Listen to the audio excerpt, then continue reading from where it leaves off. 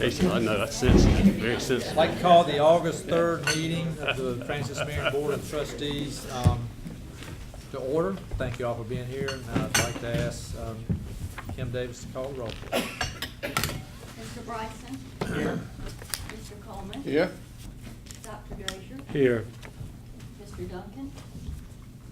Mr. Elmore? Mr. Freeman? Here. Mr. Gunn? Here. Mrs. Hartman? Here. Mr. Jackson? Here. Mr. Jones? Here. Mr. Keels? Mr. Lee? Here. Mr. McIntyre? Here. Mr. Moore? Here. Dr. O'Connor? Thank you. We have a quorum present. The press has been notified as required by the Freedom of Information Act. And we'll begin by reviewing the minutes of the June 22nd meeting. You have a copy of those. Any corrections or additions? I move that be accepted as presented. Second. So, motion and second. Any discussion? All in favor, aye. Aye. Opposed, nay. Motion approved. We'll move on to committee reports. The Executive Affairs Committee met this morning, and there was no action taken. The next report is the Academic Affairs. Mark Moore. Thank you, Mr. Chairman. We met this afternoon. I had a great meeting. First heard from faculty governance. Faculty Chair Dr. Gurley reported that they're moving towards faculty orientation, expecting 20 new faculty to start this August. Next, we heard from enrollment management. Dr. Waters reported they've had 6 orientations so far this summer and currently have 652 new freshmen enrolled. That's slightly down from last year, but there are 2 more orientations upcoming, so we're expecting additional enrollments. We've also revitalized our partnership with Florence Darlington Tech. Those students attend 1 year at Florence Darlington Tech and then live at Francis Marion and have access to resources here. If they're successful in the program, they have admission to Francis Marion. 11 students are currently enrolled, and we're working to expand that program. Additionally, they've had great success with the pilot program Swamp Fox Seminar. 11 out of 12 of the students who enrolled in that over the summer successfully completed and will be enrolled here at Francis Marion for the fall. 171 summer courses were offered this summer. That's up 10 from last year, with 34 graduates in August. That gives us a total of 733 graduates for the 2016-2017 academic year. From the School of Health Sciences, we found they've got 5 major nursing grants provided by the Health Resources and Services Administration that currently provide $1.6 million in grants for this year alone. That includes the Nursing Workforce Diversity Grant, valued at $1.8 million, which will aid 100 students over a 4-year period. We've got 3 new programs that will commence this January: the degree in biology education, the Masters of Psychology and Applied Behavioral Analysis, and the doctorate in nursing practice. Additionally, we've got 2 new programs currently under development: the degree in healthcare informatics and the Master of Arts in Teaching. And finally, from the School of Education, they reported that Francis Marion University continues to have the largest teacher cadet program in the state, and we're adding 3 additional schools this year. So great news, and thank you. That concludes my report, Mr. Chairman. Any questions? Thank you. Next, Development Alumni. Trustee Elmore. Thank you, Mr. Chairman. The Development Alumni Committee met earlier today. I am sad to report that Julian Young retired at the end of July as Director of the Alumni Affairs. He and Becky are moving to the Low Country. We certainly wish them the best. There's an active search going on for a new director with lots of applicants and a lot of interest. And there should be a new director in place by the time of our next board meeting. From the foundation, there are many proposals that are out for scholarships, and we're looking really good on that point. On community outreach, the Incubator Center downtown, the Kelly Center for Enterprise and Innovation, under the leadership of Brianna Davis, is doing a great job. They have 7 clients now that are ready to launch and new clients lined up.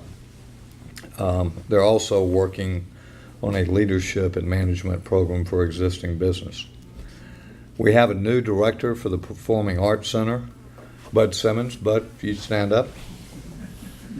Bud comes to us from the Charlotte Symphony, where he spent 25 years, so he has a lot of success, and he's very energetic and enthusiastic about improving on the outstanding performance we've already had, and I'm working to build continued community participation and support.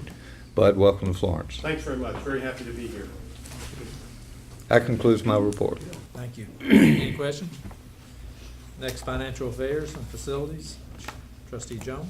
Thank you, Mr. Chairman. Good afternoon, everyone. The Financial Affairs and Facilities Committee met this afternoon with all members being present except for one. We were joined by Jay Kispert, Vice President for Business Affairs. You should have in front of you a copy of the 2016-17 Operating Fund Year-End Review. That report will show that we had a strong finish to the year, coming in just slightly below our revenue projections for the year. Overall expenditures were under budget, largely due to enrollment reserve funds incorporated into our expense budget that were not due to our strong revenues, or excuse me, not needed due to our strong revenues. This carry forward amount will be finalized in August and incorporated into our budget for the upcoming year. Next, we'll look at our budget summary report. If you'll remember at our last board meeting on June 22nd, the board approved our budget of $57.3 million, our operating budget for the 2017-2018 fiscal year. So we're only 30 days into our new budget, with the month of July just ending on Monday of this week. So I appreciate Jay Kispert and Thomas Welch getting this information together in just a couple of days. Revenues and inflows, summer two revenues so far total $819,000. Total operating revenue received thus far totals $9.2 million. While appropriations have not been drawn down as of the preparation of this report, Business Affairs is working to do so and should be received by the board's next financial update, which will be in October or November.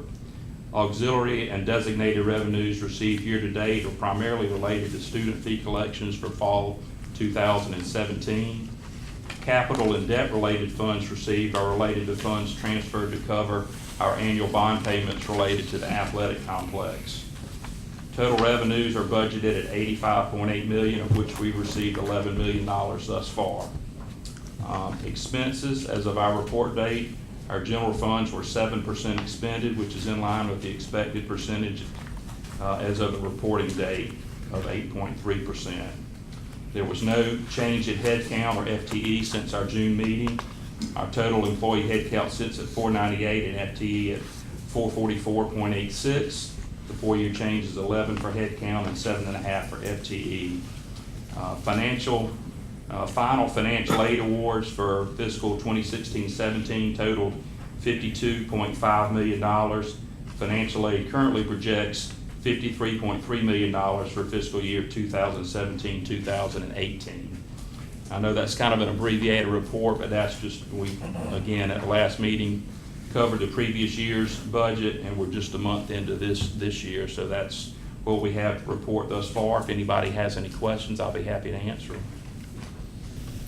Okay, thank you. Thank you. Next report, Student Affairs and Athletics. Trustee Bryson. Thank you, Mr. Chairman. The Student Affairs and Athletics Committee met earlier today. First of all, Student Affairs, Teresa Ramey gave us a good report.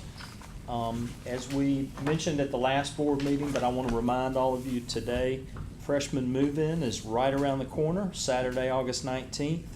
You can volunteer for a morning shift from 8 to 12 or a mid-morning shift from 10 to 2, and registration can be accomplished by contacting Teresa at her Francis Marion email. So please consider that if you're available that day. A very important orientation for our new international students will be held on Monday, August 21st. We'll have about 40 international students in attendance.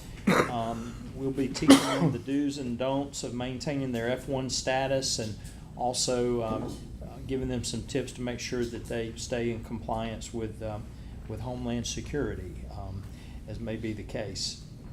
Also, later in August, on the 28th, will be training for our student organization new officers and advisors. And then finally, the week of August 19th through the 24th will be packed with Welcome Week activities. One other thing of note, the Leadership FMU series, which has been very, very popular and successful, has been moved from its traditional spring time frame to the fall at the request of our students. So that's scheduled for September 18th, and there are many other activities and events scheduled for the fall semester. Then we heard from our athletic director, Murray Hartzell. Our fall teams are reporting to campus on August 11th. This includes our women's volleyball, men's and women's soccer, and men's and women's cross country. So preparations are in order for that. We had 3 Francis Marion programs who earned national team all academic honors: women's tennis, men's tennis, and golf. So congratulations to those student athletes. And then one of our women's basketball players, Brianna Burgeons, earned an Arthur Ashe Jr. Sports Scholar Award. In addition to that, Murray and his team have been busy with freshman athlete orientation. It's an online course that is designed to teach them in areas such as alcohol and drug prevention, mental health, time management, sleep wellness, sports nutrition, and others.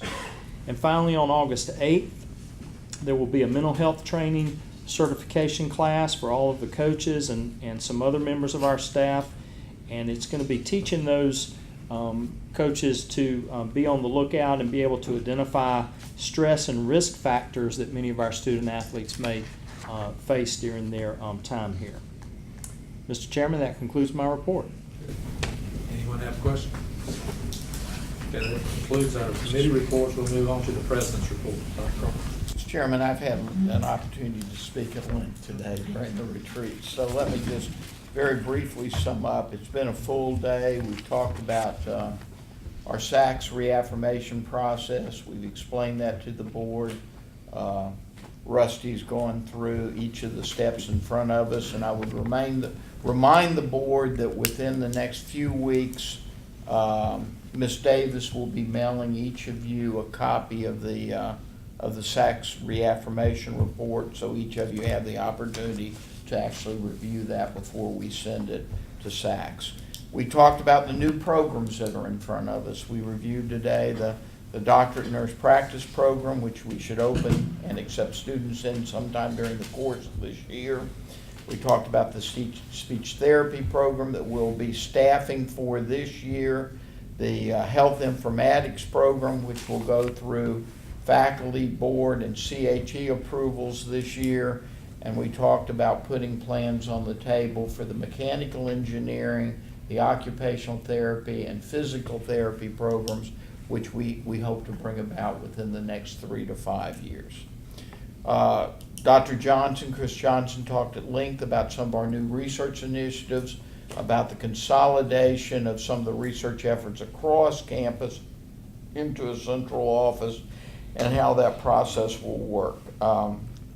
Dr. Mark Blackwell talked about the university's student and faculty travel initiatives and exchange initiatives, and reviewed with you not only our existing partners, but those new partners which we hope to add within the next year. We talked today about some of the community extension programs that work across the community, extending out from this university and the constituencies that we hope to reach as a result of those programs. And then finally, Mr. Chairman, we spoke to the board today about 2 of our major facilities initiatives that are all out there that we hope to complete within the next 2 to 3 years. The renovation of the old post office building, dependent upon, of course, state bond bill proceeds, and the completion of the university's Honor Center, which will host the honors program, the international programs, and the McNair Center, and the fact that we hope to have that center completed by 2019, 2020 at the latest. Finally, Mr. Chairman, I would sum up just by reminding all of you that on this campus on August the 21st, from noon to 2:30, we will have an eclipse program in Sparrow Stadium. We would be delighted if the trustees could come and join us for that. We anticipate a pretty large crowd on campus for that program, but there's always room for our 17 trustees. Mr. Chairman, that concludes my report. Good, thank you. Okay, we don't have any unfinished business. We do have one item of new business. It's time to form a nominating committee, and I'd like to appoint George McIntyre as chairman, Randy Dozier and Stephen Jones to serve on that. Just to remind you, at our November meeting, you'll be presented a slate of officers to vote on, and then they will take office at our March 1st, 2018 meeting and serve for a 2-year term. And we have no other new business and no need for an executive session. So I want to thank you again for being here. We've got a lot of work ahead of us, but a lot of exciting work. And we look forward to having a good year, finish out the year. We've got a lot on our plate, and proud of everything that all of you have done, and thank the staff and everyone for all the hard work and for making us look good. So if there's no other business, no objections, we'll stand adjourned. Mr. Chairman, there is one, we do have some surcease for the board members. If Darrell would kind of move around handing those out, we'll get you yours on your way out. Is this why